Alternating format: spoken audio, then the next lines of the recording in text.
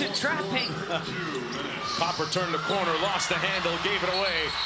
Boston with a loose ball. We have a triple-double. That's going to be a foul against Copper.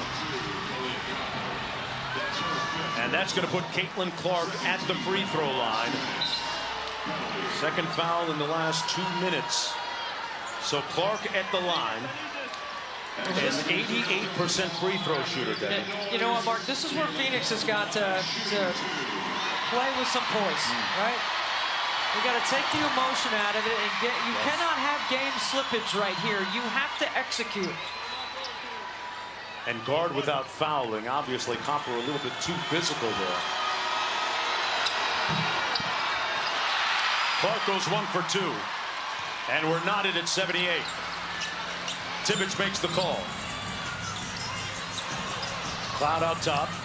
Rejects the screen. Got into the paint and drew the hit.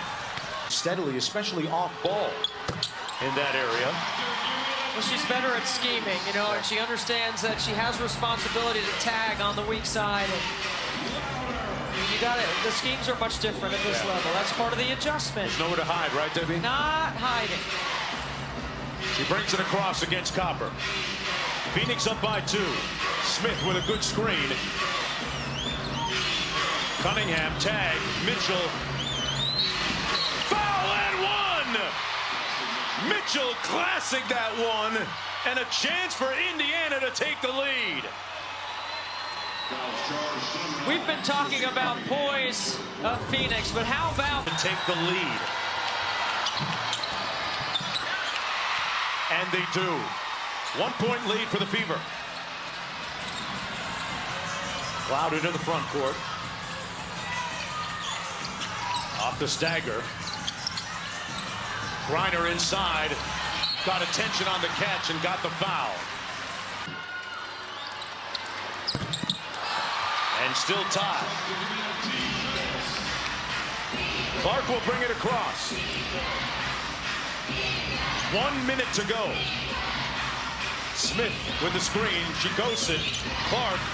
Dribble still alive. Probing. Copper staying with her. Now Taurasi switches onto her. She draws 2. Throw the lead. Samuelson. Smith with the rebound. Got ripped by Taurasi.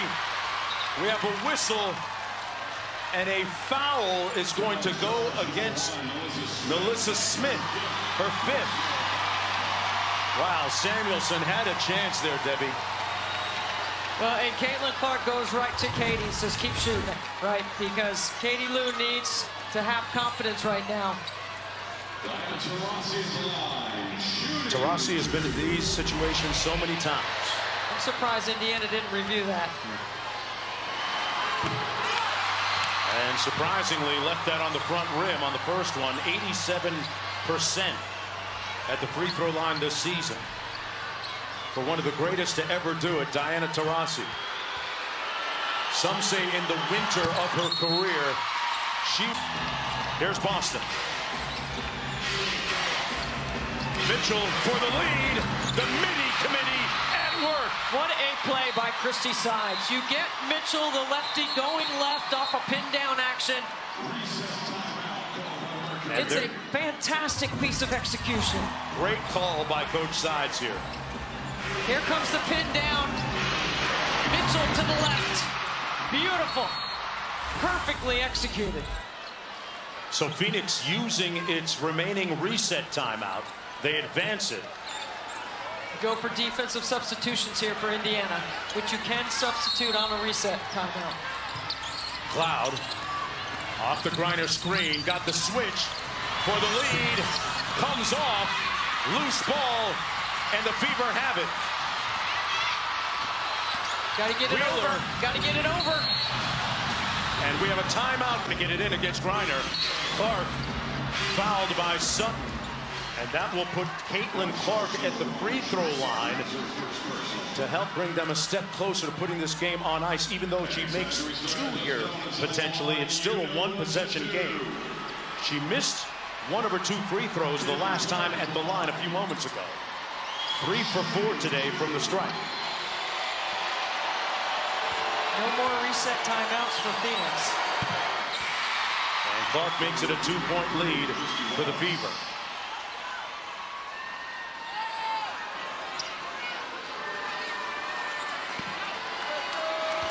Phoenix has timeouts remaining. They can call timeout to advance it, and that's what they'll do.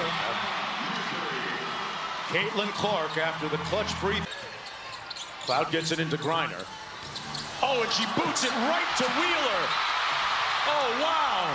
A cataclysmic turnover for the Phoenix Mercury. Catastrophic after the inbound pass as Cloud got disjointed and disconcerted and ended up booting it to Wheeler. I heard Nate Tibbetts say handoff action on the top. Yes. And then a roll to the bucket. And miscommunication by Phoenix. What a break for Indiana.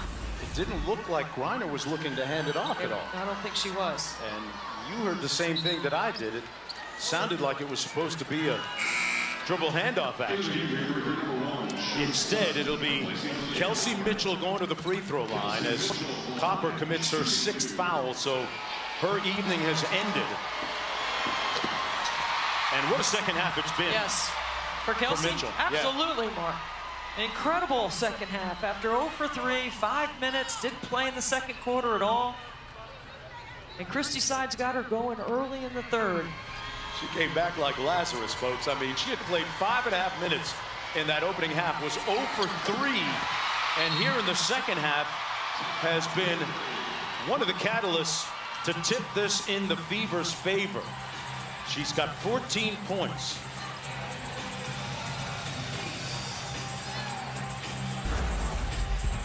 Caitlin Clark made some memorable shots.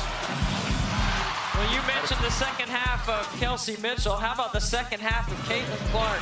The logo triple, the vision to advance pass with a rim runner like Boston. Mitchell sprints to the break, wide open for 3 in transition. Backdoor cuts, a little bit of everything for Caitlin Clark, who has 15 points, 12 assists, and PG was looking for someone else coming off the dribble handoff, not Natasha Cloud. Cunningham to inbound. They can still get a 2 here, but I think they need a 3. Taurasi 3 ball comes up short, rebounded by Wallace, and that might do it. With 7.4 to go, Aaliyah Boston in the middle. 6 of 9, 17 points, 8 rebounds. The Indiana Fever bouncing back after getting drilled in Seattle a couple of nights ago. In front of the largest crowd since 1997. What about that? How about that? Over 17,000 here at Footprint Center. Spoiling the proceedings for the home crowd. But you know what? You look around and you see a lot of number 22 Fever jerseys. Home being the operative word. Cloud walks into the 3 off the mark.